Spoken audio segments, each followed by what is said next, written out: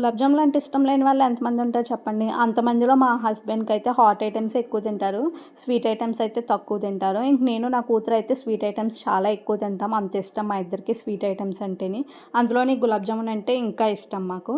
సింపుల్‌గా చిన్న చిన్న టిప్స్ తోటి గులాబ్ జామున్ ఎలా చేసుకోవాలో మీకైతే చూపించేస్తాను.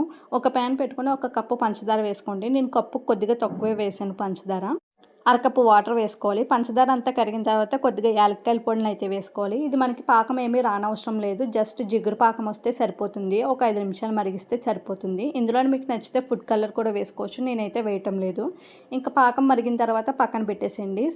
మరొక బౌల్‌లో అరకప్పు పిండినైతే వేసుకోండి. మీకు నచ్చిన కంపెనీ ఐటెమ్ అయితే తీసుకోవచ్చు.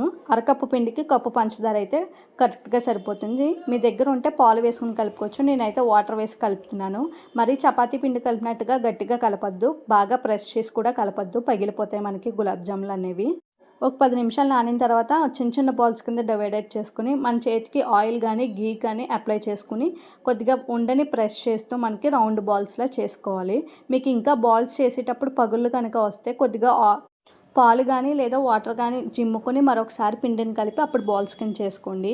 డీప్ ఫ్రైకి సరిపడా ఆయిల్ పెట్టుకుని ఆయిల్ హీట్ అయిన తర్వాత మీడియం ఫ్లేమ్లో పెట్టుకుని బాల్స్ని అయితే వేసేసి ఒక 2 నిమిషాలు అలా వదిలేసేయండి.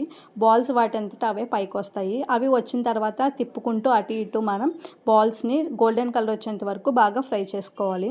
మీరైతే ఈ 2 టిప్స్‌ని మర్చిపోకండి. పిండి కలిపేటప్పుడు బాగా గట్టిగా ప్రెస్ చేస్తూ కలపకూడదు. అలాగే మనం డీప్ ఫ్రైకి మనం వేపుతున్నప్పుడు మంటను మీడియం ఫ్లేమ్‌లో పెట్టుకొని మాత్రమే ఫ్రై చేసుకోవాలి. లేకపోతే పైన కలర్ వచ్చేస్తే కానీ లోపల పిండిలాగే ఉండిపోతుంది.